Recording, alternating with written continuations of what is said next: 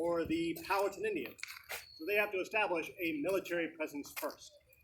That means they're going to build a fort with palisade walls. On the corners of the fort, they're going to build these elevations, upon which they'll position artillery, and they're going to arm themselves with a firearm like this. If you do not like loud noises, now is the time to cover your ears. Cover your ears.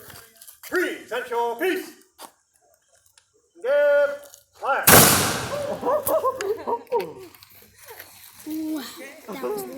So, Well, you started. this is a matchlock musket. These vary in weight anywhere from as little as 8 pounds to as much as 20.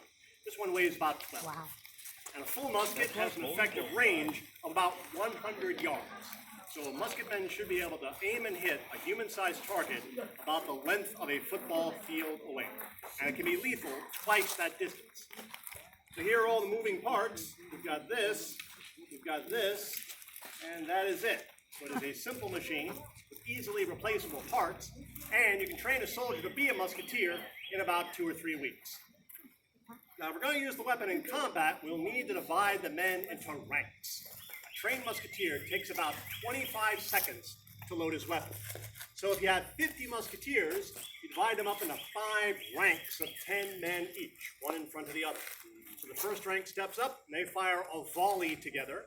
They begin to load, while the second rank steps in front of them to fire the next volley, and so forth.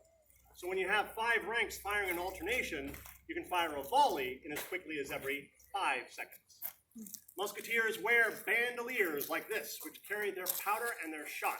Each of these bottles is a charger, and it would contain a measured amount of powder for 1 shot. So in battle, you don't have to worry about measuring the powder. You just pop the bottle open and pour.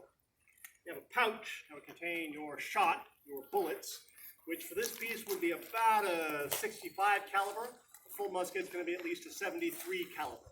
That's about a 3/4 inch, 1/12 of a pound ball of lead. And to operate a matchlock musket, you need a match. This is a type of hemp cord which has been boiled in a solution of black powder and vinegar, so that when you light the ends of it, it'll burn slowly and continuously. This burns down about 1 foot an hour. So when I first lit this about 3 or so hours ago, it was about that long, and this is probably the last demo that I'll use this particular match with. And that is your method of ignition. They're calling them firearms because they're literally using fire. So I'll go ahead and prime and load again. Now, for our demonstrations in the museum, instead of using the bottles, we prefer to carry the black powder in paper cartridges. You prime the weapon by pouring a portion of the powder into the pan. Pan is a pocket on the back of the musket that has a vent leading into the back of the barrel. You close the pan, cast about, charge the weapon by pouring the rest of the powder down the barrel. Normally, this is where I'd reach into my pouch and I'd take out a bullet. Sometimes to speed things up, they'll keep a couple of bullets in their mouth, spit that out, and put that down the barrel. But the state of Virginia would prefer that we did not use real bullets in their museum. So instead of a bullet, I will use the cartridge. Use a scouring stick to tamp that down. You want the powder and the bullet to be seated tightly against the back of the barrel. It's called the breech. Then you take one end of the match, blow it off, and attach it to the serpentine. The serpentine is a mechanical arm that works with the trigger. So to fire the weapon, I'm going to open the pan to expose the powder, pull the trigger. The action of the trigger will move the serpentine so it lowers the hot end of the match into the pan.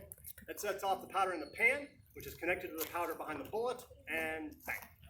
So, once again, if you don't like loud noises, now is the time to cover your ears. Present your piece.